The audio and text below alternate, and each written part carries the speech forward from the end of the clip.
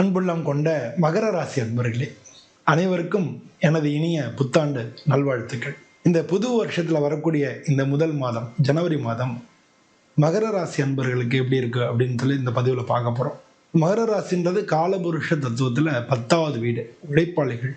ஆனால் அவங்களுக்கு பலன்கள் கிடைக்கிறது கொஞ்சம் டிலேயாக தான் இருக்கும். நல்ல பொறுப்புணர்வு இருக்கும். இவங்கள்ட்ட ஒரு காரியத்தை கொடுத்துட்டோம்னா அதை கடைசியாக நல்ல பொறுப்பாக செஞ்சு முடிக்கக்கூடியவங்க, நல்ல கட்டுப்பாடாக இருக்கக்கூடியவங்க. இப்போதைக்கு வேலை முக்கியம் தானே, வேலைக்கு அவங்க முக்கியத்துவம் கொடுப்பாங்க. கட்டுப்பாடாக இருக்கக்கூடியவங்க. பொதுவாக இவங்க லாங் டேர்ம் ப்ராஜெக்ட் போட்டு அதை நோக்கி பயணிக்கக்கூடியவங்களா இருப்பாங்க. பொதுவாக உங்களுக்கு கிடைக்கிறதெல்லாம் கொஞ்சம் ரெண்டாம் பட்சம். அதாவது படிக்கிறவங்களா இருந்தாங்கன்னா செகண்ட் ரேங்க் வாங்குறாங்களா, அது மாதிரி எல்லாத்துலேயும் கொஞ்சம் டிலேயாக கிடைக்கும். வேலை பார்க்குற இடத்துல கூட இவங்களை தாண்டி மற்றவங்களுக்கு கிடைக்கும், இவங்களுக்கு கொஞ்சம் டிலேயாக தான் கிடைக்கும். ரெகக்னைஸ் டிலேயாக தான் கிடைக்கும். இருந்தாலும் நல்ல உழைப்பாளிகள். இதனாலே உங்களுக்கு அடிக்கடி மனசு அலைபாயும். நம்ம இங்கே வேலை பார்த்து நமக்கு ஒரு மதிப்பில்லை, அங்கே போகலாம் இங்கே போகலாம் அப்படின்னு மனசு அலைபாயும். ஆனால் நல்ல பொறுப்பாக இருக்கக்கூடியவங்க. அதனால் கொஞ்சம் நிதானமாக பண்ணாங்கனாலே உங்களை வெற்றி உங்களை தேடி வரும். இவங்களுக்கு இந்த மாதம் ஜனவரி மாதம் 13ஆம் தேதி வரைக்கும் சூரியன், புதன், சுக்கிரன், செவ்வாய் இதெல்லாம் இவங்களுக்கு 12வது ராசியாக இருக்கக்கூடிய தனுசு ராசியில் இருக்கும். அதே மாதிரி இந்த மாதம் 13ஆம் தேதி, ஜனவரி 13ஆம் தேதியிலேருந்து 17ஆம் தேதிக்குள்ள எல்லா கிரகமும் முதல்ல சுக்கிரன் போகும். சுக்கிரன், சூரியன், புதன், செவ்வாய் இதெல்லாம் 17ஆம் தேதிக்குள்ள எல்லாமே உங்கள் ராசிக்கு வந்துடும், ஜென்மத்துக்கு வந்துடும். இப்போ உங்களுக்கு 2வது வீட்டில் ராகு இருக்கார், குடும்பஸ்தானம், வாக்குஸ்தானம். 2வது வீட்டில் ராகு இருக்கார். 3வது வீட்டில் சனி பகவான் இருக்கார். 3வது வீட்டில் சனி பகவான் நல்லது செய்வார் அப்படின்றதையும் புரிஞ்சுக்கங்க. உங்களுக்கு 6வது வீட்டில் குரு பகவான் இருக்கார். அதே மாதிரி உங்களுக்கு 8வது வீட்டில் கேது இருக்கார். இதான் இந்த மாதத்தில் இருக்கக்கூடிய கிரக சூழ்நிலைகள். இது உங்களுக்கு எந்த விதமான தாக்கங்களை உங்கள் ராசிக்கு ஏற்படுத்துகிறாங்க அப்படின்றத நம்ம பார்க்க போகிறோம். பொதுவாக 12ஆம் வீடுன்றது விரயஸ்தானம், செலவை குறிக்கும். வெளிநாடு பயணங்கள், வெளிநாட்டை பற்றி குறிக்கும். தனிமையாக இருக்கக்கூடிய விஷயங்களை பற்றி குறிக்கும். ஆன்மீகத்தையும் குறிக்கும். இதெல்லாம் 12ஆம் வீடு, அயன சயன சுகஸ்தானம் அப்படின்னு பேர். இதெல்லாம் குறிக்கக்கூடிய இடங்களா இருக்கும். தூக்கத்தில் வரக்கூடிய பிரச்சனைகள் இதையும் 12ஆம் வீடு கிடைக்கும். ஜெயில் தண்டனை, இது மாதிரி தனிமையாக இருக்கிறது, தனிமையாக ஃபீல் பண்ணுறது, இதெல்லாமும் 12ஆம் இடம் பிடிக்கும். ஸோ இந்த காலகட்டத்தில் செலவினங்கள் கொஞ்சம் அதிகமாக இருக்க மாதிரி இருக்கும். நீங்கள் பயணத்துக்கோ ட்ராவல் பண்ணுறதுக்கோ இல்லாட்டினா மெடிசின் சம்மந்தமாக மருந்து மாத்திரைகள் இது மாதிரியான செலவினங்கள் வர்றதுக்கான வாய்ப்பு இருக்குது. அதனால செலவினங்கள் அதிகமாக நடக்கூடிய காலகட்டத்தில் செலவை கண்ட்ரோல் பண்ணிக்கணும். நம்ம செலவு தேவைதானா, இப்போ பண்ணலாமா இல்லை அப்புறம் பண்ணலாமா அப்படின்னு சொல்லி செலவாகக்கூடிய நேரத்தில் செலவு குறைக்கிறதுக்கு என்னென்ன வழி உண்டோ அதுக்கான ஸ்டெப்ஸ் நீங்கள் எடுத்து நல்லதாக இருக்கும். பொதுவாக வெளிநாடு பயணம் போகலாம் அப்படின்னு இருக்கிறவங்களுக்கு இப்போ விசா கிடைக்கிறதுக்கோ இல்லை வெளிநாடு சம்மந்தமான விஷயங்களை நல்ல செய்திகள் வர்றதுக்கோ மாதிரி ஃபாரின் கிளைண்ட்ஸ், பிஸ்னஸ் பண்ணுறவங்கன்னா ஃபாரின் கிளைண்ட்ஸை மீட் பண்ணுறது, அவங்க மூலமாக கிடைக்கக்கூடிய லாபங்களையோ இல்லாட்டினா ஃபாரின் கம்பெனியில் உங்களுக்கு வேலை கிடைக்கிறதையோ இல்லை ஃபாரின் கம்பெனிஸ்லேருந்து வேலை பார்த்துட்டு இருந்தீங்கன்னா அதுலேருந்து உங்களுக்கு வருமானம் வரத்தையோ இது மாதிரியான விஷயங்கள் எல்லாத்தையும் இந்த 12ஆம் இடம் குறிக்கும். ஆனாலும் உங்களுக்கு எல்லாரும் அப்படி இருக்காங்க, நம்ம மட்டும் இப்படி தனியாக இருக்கேன்ற தனிமை உணர்வு உங்களுக்கு இருக்கும். அதே மாதிரி சாமி கும்பிடணும், நம்ம சாமி கும்பிடுற ஆன்மீக சிந்தனையும் அதிகரிக்கக்கூடிய ஒரு டைமாக இருக்குது. குரு உங்களுக்கு 6ஆம் இடத்துல வக்ரமாக இருக்கார். இது உங்களுக்கு பழைய ஏற்கனவே 6ஆம் வீடுன்றது கடன், நோய், எதிர்ப்பு, தடைகள் இதெல்லாம் குறிக்கும்.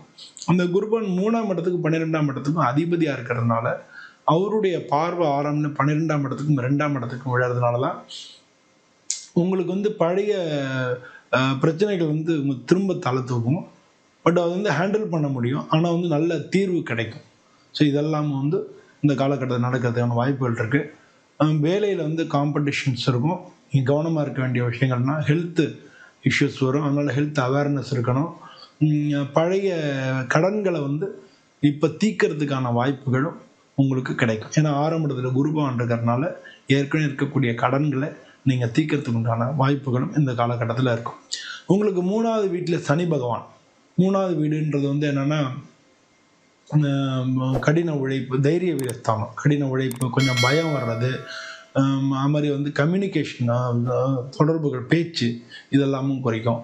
ஒரு அக்ரிமெண்ட் சைன் பண்ணுறது, இதெல்லாம் 3ஆம் இடம் குறிக்கும். சிறிய இடங்களுக்கு பிரயாணம் பண்ணுறது, இதெல்லாம் வந்து அது மாதிரி சகோதர ஸ்தானமும் 3ஆம் இடம் தான். ஸோ அதனால வந்து சகோதரர்கள் சம்மந்தப்பட்ட பொறுப்புகள் உங்களுக்கு வரலாம். அது மாதிரி வந்து கம்யூனிகேஷன், ரைட்டிங்கு, அந்த மாதிரியான விஷயங்கள், ஆர்ட், இந்த மாதிரியான விஷயங்கள உங்களுக்கு வேலைகள் கிடைக்கலாம். உங்களுடைய கடின உழைப்புக்கான வெற்றி நிச்சயமாக கிடைக்கும். இதெல்லாம் வந்து சனி பகவான் வந்து பொதுவாக 3வது இடத்துல நல்லது பண்ணுவார். அப்போ வந்து அந்த வீட்டு அதிபதி குரு பகவான் தான். அவர் 6வது இடத்துல இருந்தாலும் தடைகளை தாண்டி நீங்கள் வெற்றி அடைகிறதுக்கான வாய்ப்புகள் தான் மிக அதிகமாக இருக்குது. இப்போ ராகு வந்து உங்களுக்கு 2வது வீடு, அங்கே வந்து கும்பராசியில் இருக்கார். இப்போ ராகுக்கு வந்து குரு பார்வையும் இருக்குது. அதனால் வந்து பணம் சம்பாதிக்கணுன்ற ஆசைகள் அதிகமாக இருக்கும், அதனுடைய வேட்கை அதிகமாக இருக்கும்.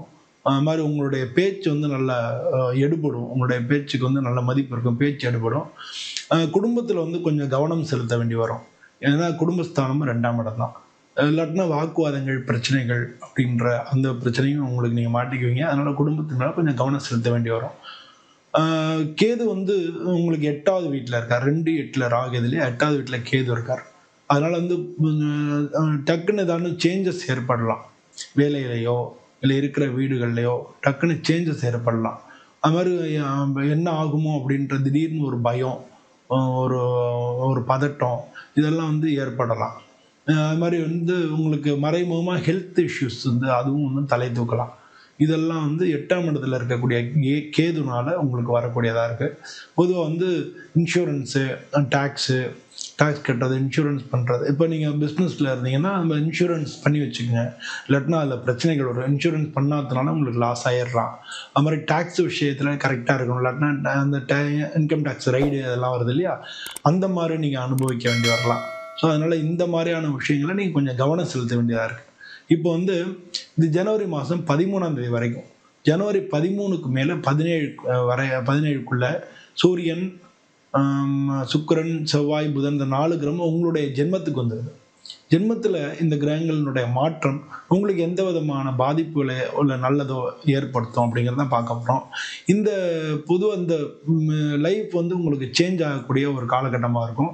உங்களுடைய கான்ஃபிடென்ஸ் லெவல் வந்து நல்ல, ஏன்னா செவ்வாய் வந்து அந்த அந்த உங்கள் ராசியில் தான் உச்சமடைகிறார். செவ்வாய் வந்து தைரியத்துக்கு உள்ள ஒரு கிரகம். அதனால் வந்து சும்மா கான்ஃபிடென்ஸ் லெவல் சூப்பராக இருக்கும். அதனால் உங்களுக்கு ஒரு புது அடையாளம் கிடைக்கும். ஒரு அது மாதிரி உங்களுக்கு வந்து ஒரு தனியாக மேனேஜராக இருக்கும், இல்லாட்டினா நீங்கள் இதை மெயின்டைன் பண்ணுங்க அப்படின்னு சொல்லி நீங்கள் உங்களுக்கு ஒரு லீடர்ஷிப் ரோல் கிடைக்கும். இதெல்லாம் வந்து உங்கள் வாழ்க்கையில் நடக்கக்கூடிய விஷயங்களாக இருக்குது. வேலையில் வந்து ப்ரமோஷன் கிடைக்கும். பிஸ்னஸை வந்து விரிவாக்கம் செய்கிறதுக்கான வாய்ப்புகள் நிறையா இருக்குது. உங்களுடைய வந்து பொறுப்புகள் வந்து கூடும். உங்களுடைய அத்தாரிட்டி அதுவும் வந்து உங்களுக்கு கூடும். நீங்கள் கவனமாக இருக்க வேண்டிய விஷயங்கள்லாம் ஈகோ கிளாஷ் வராமல் பார்த்துக்கணும். அதே மாதிரி வந்து ஓவர் ஒர்க்கு வந்து உடம்புக்கு நல்லது இல்லைன்னு சொல்லுவாங்க. அதீதமான ஒர்க் பண்ண வேண்டியதில்லை. நீங்கள் வந்து உங்களை உடம்பை கவனிச்சுக்கிறதுக்கும் உடம்புக்கு ரெஸ்ட் கொடுக்கறதுக்கும் கொஞ்சம் கவனம் செலுத்தணும். ஜாயின்ட் பெயின் வரலாம், இல்லை பிபி கொஞ்சம் கூட குறைச்சி ஃப்ளக்சுவேட் ஆகலாம். ஸோ இதெல்லாம் வந்து நீங்கள் கவனம் செலுத்த வேண்டிய விஷயங்களாக இருக்குது. ஆரோக்கியத்தில் நம்ம சொன்ன மாதிரி அந்த முழங்கால் மூட்டு வலிகளுக்கு நீங்கள் கவனம் செலுத்தணும். அது மாதிரி வந்து தூக்கம் வந்து கொஞ்சம் முறையாக இல்லாமல் தூக்கத்தில் வந்து கொஞ்சம் ஒரு சில சிக்கல்கள் வரலாம், இல்லை கனவுகள் வரலாம், இல்லை தூங்குறதுக்கு நேரம் கிடைக்காம இருக்கலாம். அதனால் தூக்கத்தில் ஒரு சில இஷ்யூஸ் வரலாம். இதெல்லாம் வந்து நீங்கள் டெய்லி வாக்கிங் போகிறது, இந்த கால் வலி இருந்ததுன்னா ஆயில் மசாஜ் செஞ்சுட்டு படுத்துக்கிறது, இது மாதிரி தூங்குறதுக்கு முக்கியத்துவம் கொடுத்து நீண்ட நேரம் தூங்குறது, சீக்கிரமே தூங்க போயிடுறது, இதெல்லாம் வந்து உங்களுக்கு இந்த உடம்பு ஹெல்த் இஷ்யூஸ் வந்து குறைக்கும். பொதுவாக இந்த மாதம் உங்களுக்கு ஜஸ்ட்டாக அப்படி வந்து ஹோலாக நம்ம பார்த்தோம்னா கேரியரில் உங்களுக்கு நல்ல குரோத்து கிடைக்கும். உங்களுடைய வாழ்க்கையில் கேரியர் சேஞ்சஸ், இல்லை கேரியர் நல்ல குரோத்து, நல்ல வளர்ச்சிகள் இதெல்லாம் ஏற்படும். புதிய விஷயங்களை, புதிய திட்டங்களை ஆரம்பிக்கிறதுக்கு இந்த காலகட்டம் மிக நல்லதாக இருக்குது. உங்களுக்கு வந்து என்னென்னா இந்த நீங்கள் கவனம் செலுத்த வேண்டிய விஷயம் என்னென்னா, செலவுகளை வந்து கட்டுப்படுத்த வேண்டியது, உடல் நலத்தில் கவனம் செலுத்த வேண்டியது, இதெல்லாம் தான் இந்த நேரத்தில் நீங்கள் கவனம் செலுத்தணும். பொதுவாக இந்த மாதத்தில் ஒரு வாரம் எப்படி இருக்குது அப்படின்னு பார்த்தோம்னா, முதல் வாரம் அதாவது 1ஆம் தேதியிலேருந்து 7ஆம் தேதி வரைக்கும் உங்களுக்கு வந்து செலவுகள் அதிகமாக இருக்கும். ஆன்மீக சிந்தனைகள் அதுவும் வந்து அதிகமாக இருக்கும். அது மாதிரி 2வது வாரம் அதாவது ஜனவரி 8ஆம் தேதியில 14ஆம் தேதி வரைக்கும் வேலையில் வந்து ஒர்க் ப்ரெஷர் அதிகமாக இருக்கும். வேலை அதிகமாக இருக்கும். நல்ல தீர்வு கிடைக்கும். வேலை அதிகமாக இருந்தால் கூட நீங்கள் தேடக்கூடிய விஷயங்களுக்கான ரிசல்ட்டும் உங்களுக்கு நல்லா கிடைக்கும். ஸோ இதெல்லாம் 2வது வாரத்தில் நடக்கும். 3வது வாரத்தில் வந்து ஜனவரி 15ஆம் தேதியிலேருந்து 21ஆம் தேதி வரைக்கும் இருக்கக்கூடிய இந்த 3வது வாரத்தில் நல்ல பெரிய சேஞ்சஸ் இருக்கும். உங்களுடைய செயல்பாடுகளுக்கு வந்து நல்ல மதிப்பு மரியாதைகள் கிடைக்கும். ஸோ இந்த வந்து 3வது வாரத்தில் இருக்கும். 4வது வாரம் அப்படின்றது வந்து ஜனவரி மாதம் 22ஆம் தேதியிலேருந்து ஜனவரி 31ஆம் தேதி வரைக்கும் இருக்கிறதுல வாழ்க்கை வந்து ஸ்டெபிலிட்டி. ஓகே, நம்ம இப்படி தான் போகணும், இதான் பண்ணணும் அப்படின்னு சொல்லி ஒரு ஸ்டெபிலிட்டி அந்த கிடைக்கும். அது மாதிரி வந்து செல்ஃப் கான்ஃபிடன்ஸ் லெவல் வந்து பூஸ்ட் ஆகும். நல்லா உங்களுக்கு தன்னம்பிக்கை வந்து அதிகரிக்கும். ஸோ இதெல்லாம் வந்து இந்த ஜனவரி மாதம் உங்களுக்கு நடக்கக்கூடிய விஷயங்களா இருக்குது. நான் இதெல்லாம் வந்து ஒரு ஒரு குறிப்பிட்ட நேரத்துக்குள்ளே எல்லாத்தையும் சொல்லணும் அப்படின்றதுனால தான் நான் வந்து கொஞ்சம் சீரியஸாக சொல்கிற மாதிரி தெரியுது. பட் இதை வந்து அவங்க எல்லாருக்கும் புரியும் அப்படின்னு நான் நினைக்கிறேன். இந்த ஜனவரி மாதத்தில் நீங்கள் வந்து சனிக்கிழமை அன்னைக்கு சனி பகவானுக்கு நல்லெண்ணெய் தீபம் போடுறது ரொம்ப ரொம்ப நல்லது. அது மாதிரி சூரிய பகவானை வேண்டிக்கிறது, தினமும் சூரிய பகவானை வேண்டுறது. இல்லாட்டா ஞாயிற்றுக்கிழமையாச்சும் சிவன் கோயில் போனீங்கன்னா கண்டிப்பாக அங்கே சூரியன் இருக்கும். இல்லை நவகிரகங்களில் சூரியன் இருக்கும். சூரிய பகவானை ஞாயிற்றுக்கிழமை அன்னைக்கு போய் கோயிலில் போய் வேண்டுறது. அது மாதிரி வந்து கேதுவுக்கு வந்து செவ்வாய்க்கிழமை அன்னைக்கு பிள்ளையாரை வணங்குறது. இது வந்து இதெல்லாம் பண்ணீங்கனாலே கண்டிப்பாக இந்த மாதம் வந்து உங்களுக்கு நல்ல மாதமாக இருக்கும். என்ன நான் சொன்ன நெகட்டிவ் பாயிண்ட்ஸ்லாம் குறைஞ்சி பாசிட்டிவ் பாயிண்ட்ஸ் அதிகரித்து உங்கள் வாழ்க்கை நல்லா செழிக்கும். அனைவருக்கும் வாழ்க்கையில் எல்லா விஷயமும் நல்லபடியாக கிடைக்கும்னு நினைக்கிறேன். இந்த வீடியோ பிடிச்சிருந்தா லைக் பண்ணுங்கள், ஷேர் பண்ணுங்கள். உங்களுடைய கமெண்ட் என்னவோ அதை கமெண்ட் செக்ஷனில் தெரியப்படுத்துங்க. மீண்டும் இது மாதிரி ஒரு வீடியோவில் உங்களை நான் சந்திக்கிறேன். அனைவருக்கும் நன்றி, வணக்கம்.